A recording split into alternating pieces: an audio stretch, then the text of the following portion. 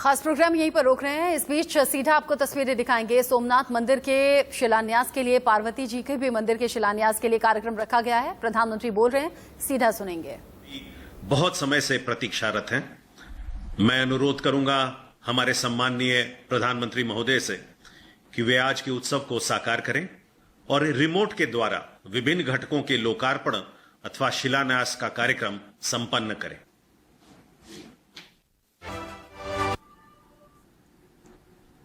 अब मैं सम्माननीय प्रधानमंत्री जी से अनुरोध करूंगा कि वे इस अवसर पर आशीर्वचन स्वरूप अपना श्री सोमनाथ के चरणों में ही अनुभव कर रहा हूं। मेरा सौभाग्य है कि सोमनाथ मंदिर ट्रस्ट के अध्यक्ष के रूप में मुझे इस पुण्य स्थान की सेवा का अवसर मिलता रहा है। आज एक बार फिर हम सब इस पवित्र तीर्थ के कायाकल्प के साक्षी बन रहे हैं। आज मुझे समुद्र दर्शन पथ,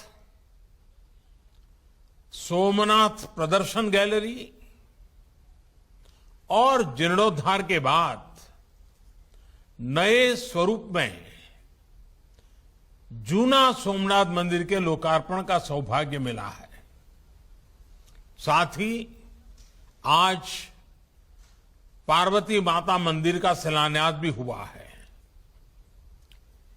इतना पुनीत संयोग और साथ में सावन का पवित्र महीना, मैं मानता हूं ये हम सबके लिए भगवान सोमनाथ जी के आशीर्वाद की ही सिद्धि है।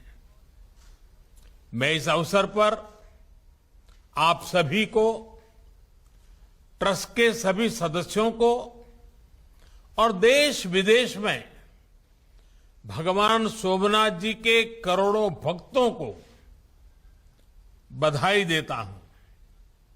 विशेष रूप से आज मैं लौह पुरुष सरदार वल्लभ भाई पटेल जी के चरणों में भी नमन करता हूं, जिन्होंने भारत के प्राचीन गौरव को पुनर्जीवित करने की इच्छा शक्ति दिखाई।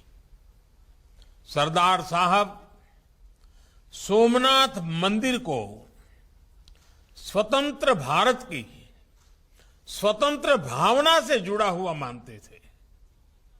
ये हमारा सौभाग्य है कि आज आजादी के 75वें साल में, आजादी के अमृत महोत्सव में हम सरदार साहब के प्रयासों को आगे बढ़ा रहे हैं। सोमनाथ मंदिर को नई भव्यता दे रहे हैं। आज मैं लोकमाता अहिल्याबाई होलकर को भी प्रणाम करता हूं, जिन्होंने विश्वनाथ से लेकर सोमनाथ तक कितने ही मंदिरों का जीर्णोद्धार कराया। प्राचीनता और आधुनिकता का जो संगम उनके जीवन में था, आज देश उसे अपना आदर्श मान करके आगे बढ़ रहा है। साथियों, स्टैच्यू ऑफ यूनिटी से लेकर कच्छ के कायाकल्प तक पर्यटन से जब आधुनिकता जुड़ती है तो कैसे परिणाम आते हैं, गुजरात ने इसे करीब से देखा है। ये हर कालखंड की मांग रही है कि हर धार्मिक पर्यटन की दिशा में भी नई संभावनाओं को तलाशें। लोकल अर्थव्यवस्था से तीर्थ यात्राओं का जो रिश्ता रहा है उसे और मजबूत करें। जैसे कि सोमनाथ मंदिर में अभी तक पूरे देश और दुनिया से श्रद्धालु दर्शन करने आते थे, लेकिन अब यहां समुद्र दर्शन पथ, प्रदर्शनी, पिलग्रिम प्लाजा और शॉपिंग कॉम्प्लेक्स भी पर्यटकों को आकर्षित करेंगे।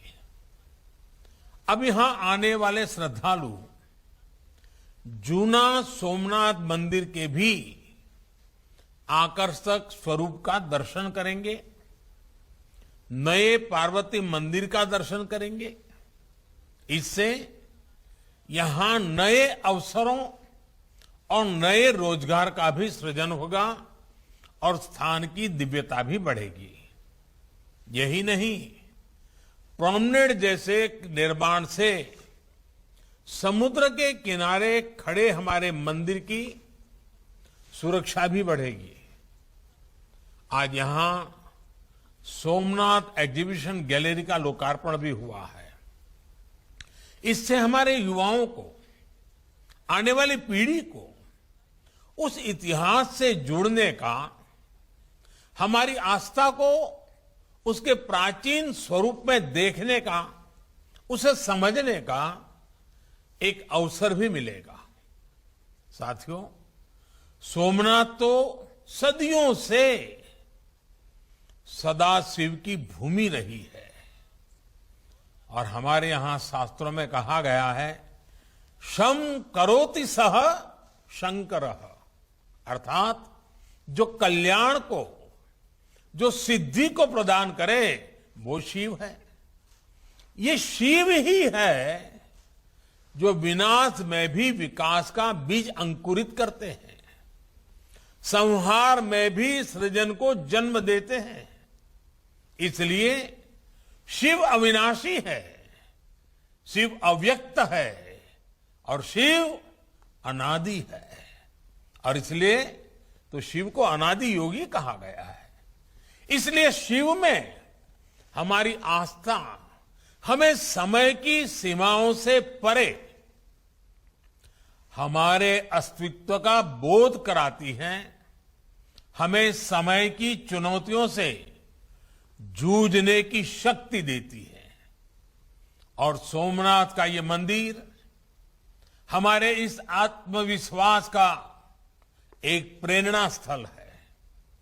साथियों, आज दुनिया में कोई भी व्यक्ति इस भव्य संरचना को देखता है तो उसे केवल एक मंदिर ही नहीं दिखाई देता, उसे एक ऐसा अस्तित्व दिखाई देता है जो सैकड़ों हजारों सालों से प्रेरणा देता रहा है, जो मानवता के मूल्यों की घोषणा कर रहा है।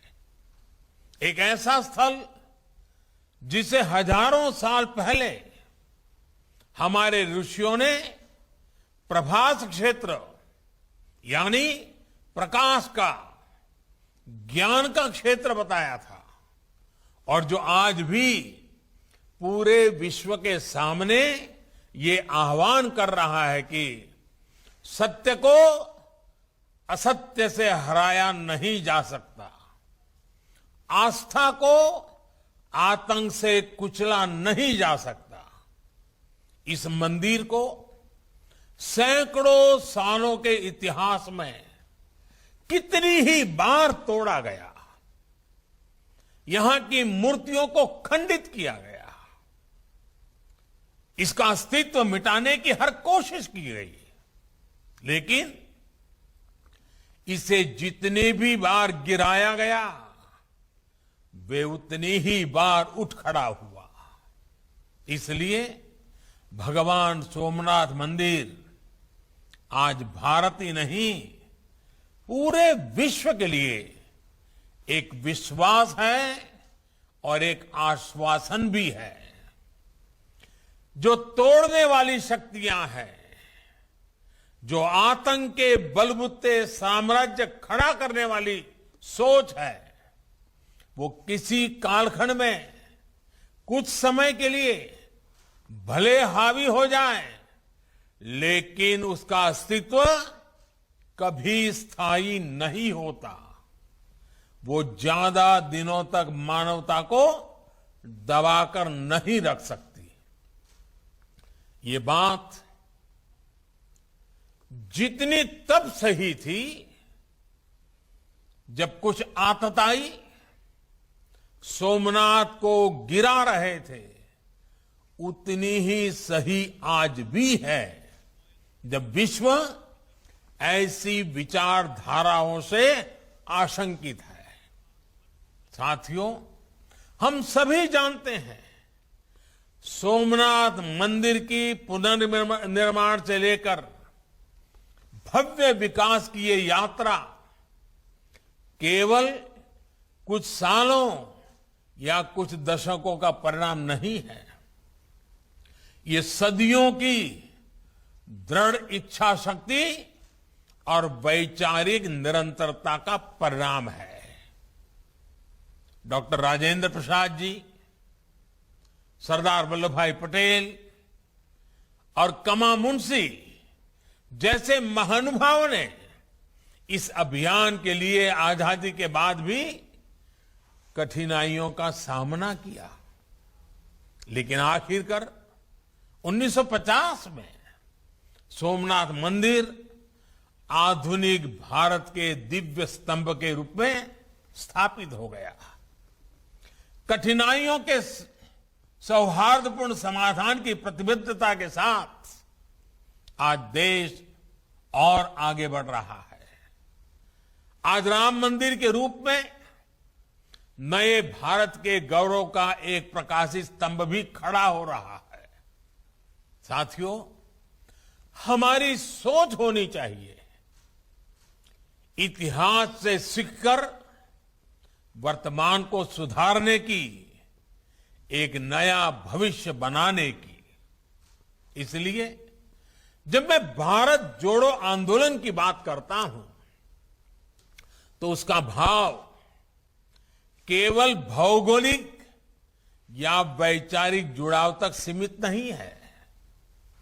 ये भविष्य के भारत के निर्माण के लिए हमें हमारे अतीत से जोड़ने का भी संकल्प है।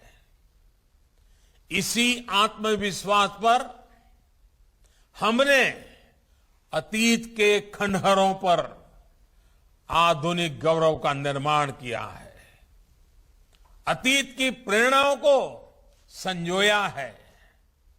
जब राजेंद्र प्रसाद जी सोमनाथ आए थे तो उन्होंने जो कहा था वो हमें हमेशा याद रखना है।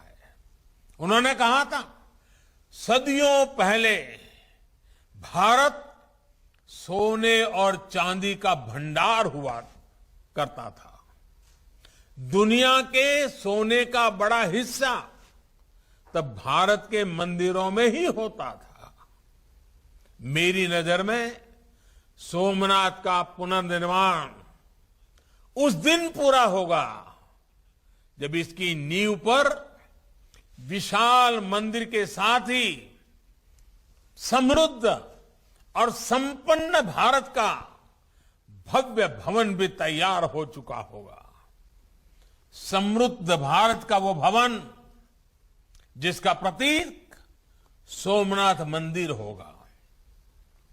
हमारे प्रथम राष्ट्रपति डॉक्टर राजेंद्र प्रसाद जी का ये सपना हम सभी के लिए बहुत बड़ी प्रेरणा है।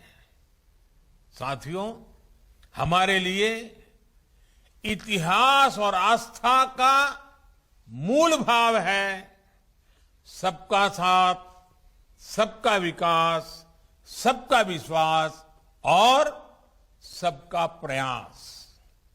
हमारे यहां जिन 12 ज्योतिर्लिंगों की स्थापना की गई है उनकी शुरुआत सौराष्ट्रे सोमनाथम, सौराष्ट्रे सोमनाथम के साथ सोमनाथ मंदिर से ही होती है।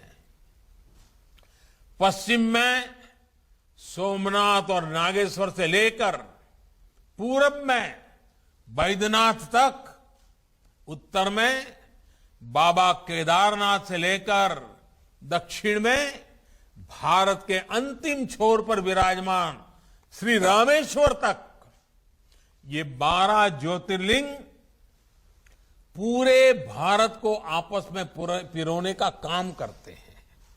इसी तरह हमारे चारों धामों की व्यवस्था, हमारे शक्ति पीठों की संकल्पना, हमारे अलग अलग कोनों से अलग अलग तीर्थों की स्थापना हमारी आस्था की ये रूपरेखा वास्तव में एक भारत श्रेष्ठ भारत की भावना की ही अभिव्यक्ति है। दुनिया को सदियों से आश्चर्य होता रहा कि इतनी विविधताओं से भरा भारत एक कैसे हैं, हम एकजुट कैसे हैं। लेकिन जब आप पूरब में हजारों किलोमीटर चलकर पूरब से पश्चिम सोमनाथ के दर्शन करने वाले श्रद्धालुओं को देखते हैं या दक्षिण भारत के हजारों हजार भक्तों को काशी की मिट्टी को मस्तक पर लगाते देखते हैं तो आपको यह एहसास हो जाता है कि भारत की ताकत क्या है। हम एक दूसरे की भाषा नहीं समझ रहे हैं, वेशभूषा भी अलग, खान पान की आदतें भी अलग, लेकिन हमें एहसास होता है हम एक हैं। हमारी इस आध्यात्मिकता ने सदियों से भारत को एकता के सूत्र में पिरोने में, आपसी संवाद स्थापित करने में अहम भूमिका निभाई है और हम सभी का दायित्व है इसे निरंतर मजबूत करते रहना। साथियों, आज पूरी दुनिया भारत के योग, दर्शन, अध्यात्म और संस्कृति की ओर आकर्षित हो रहे हैं। हमारी नई पीढ़ी में भी अब अपनी जड़ों से जुड़ने की नई जागरूकता आई है। इसलिए हमारे टूरिज्म और आध्यात्मिक टूरिज्म के क्षेत्र में आज राष्ट्रीय और अंतर्राष्ट्रीय संभावनाएं हैं। इन संभावनाओं को आकार देने के लिए देश आज आधुनिक इंफ्रास्ट्रक्चर बना रहा है, प्राचीन गौरव को पुनर्जीवित कर रहा है। रामायण सर्किट का उदाहरण हमारे सामने है। आज देश दुनिया के कितने ही राम भक्तों को रामायण सर्किट के जरिए भगवान राम के जीवन से जुड़े नए नए स्थानों की जानकारी मिल रही है। भगवान राम कैसे पूरे भारत के राम है, इन स्थानों पर जाकर हमें आज ये अनुभव करने का मौका मिल रहा है। इसी तरह बुद्ध सर्किट पूरे विश्व के बौद्ध अनुयायियों को भारत में आने की, पर्यटन करने की सुविधा दे रहा है। आज इस दिशा में काम को तेजी से आगे बढ़ाया जा रहा है। ऐसे ही हमारा पर्यटन मंत्रालय स्वदेश दर्शन स्कीम के तहत 15 अलग अलग थीम पर टूरिस्ट सर्किट्स को विकसित कर रहा है। इन सर्किट से देश के कई उपेक्षित इलाकों में भी पर्यटन और विकास के अवसर पैदा होंगे। साथियों, हमारे पूर्वजों की दूरदृष्टि इतनी थी कि उन्होंने दूर सुदूर क्षेत्रों को भी हमारी आस्था से जोड़ने का काम किया, उनके अपनेपन का बोध कराया। लेकिन दुर्भाग्य से जब हम सक्षम हुए, जब हमारे पास आधुनिक तकनीक और संसाधन आए, तो हमने इन इलाकों को दुर्गम समझकर उसे छोड़ दिया।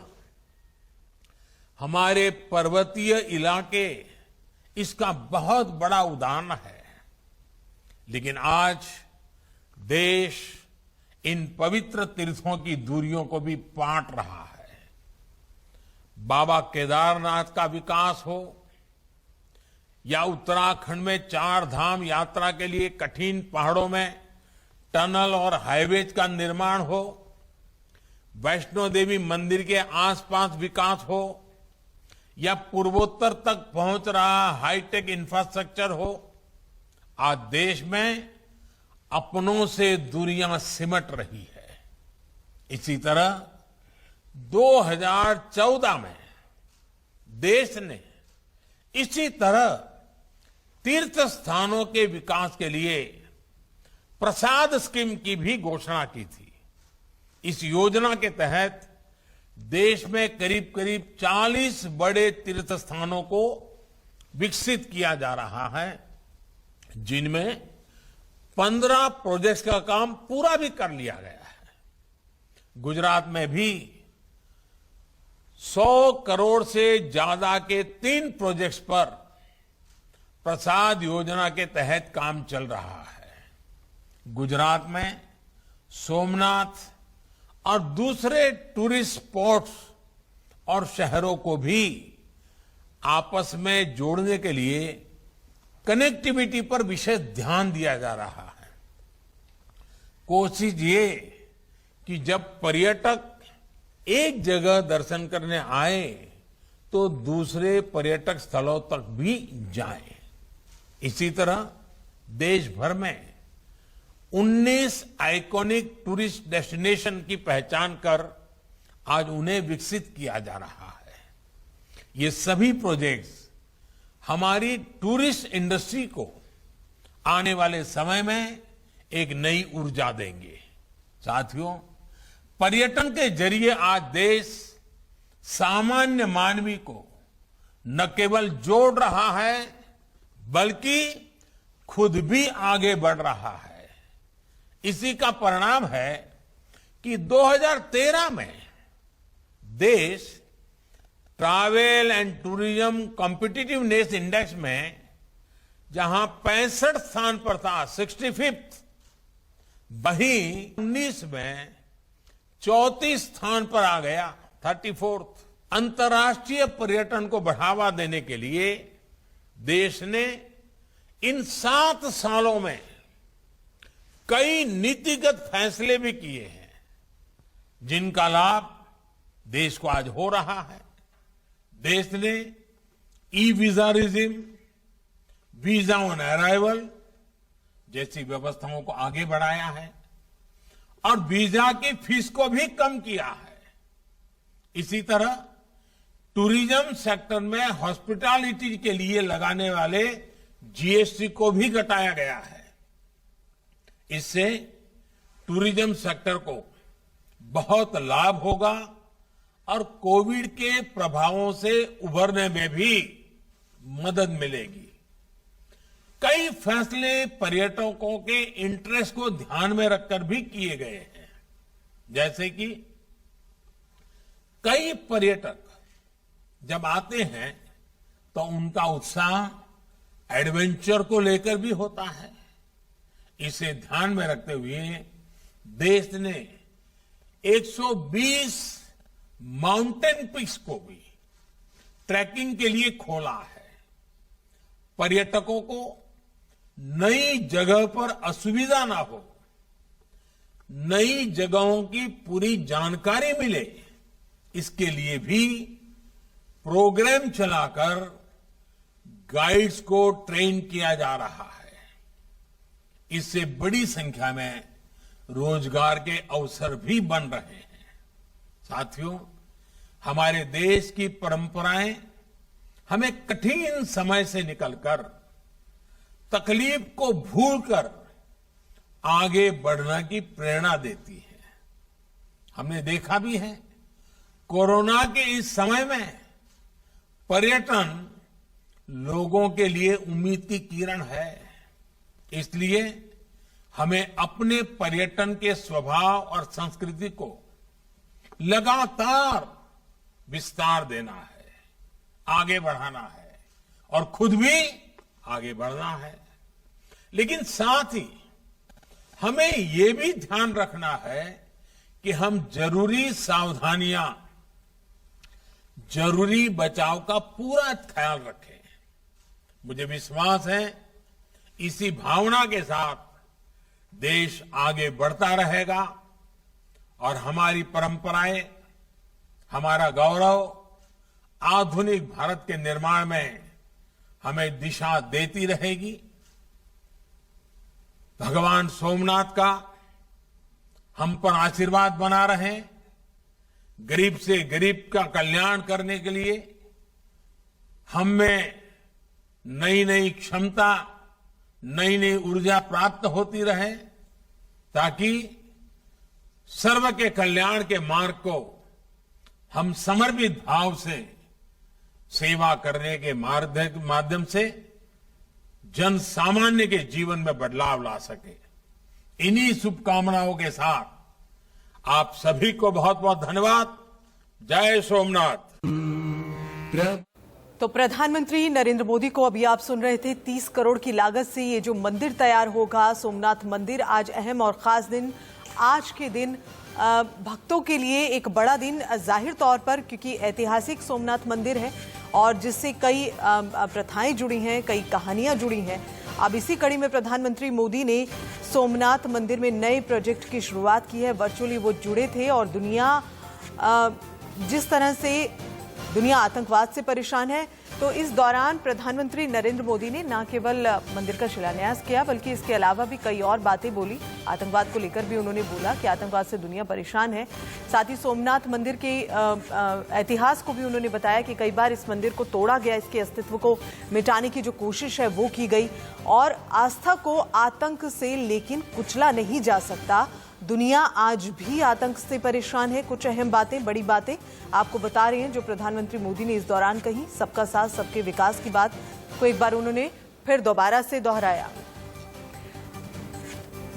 तो सोमनाथ मंदिर को कई बार तोड़ा गया और सोमनाथ मंदिर का जो लोगों की जो आस्था है इस मंदिर से, वो काफी ज्यादा है।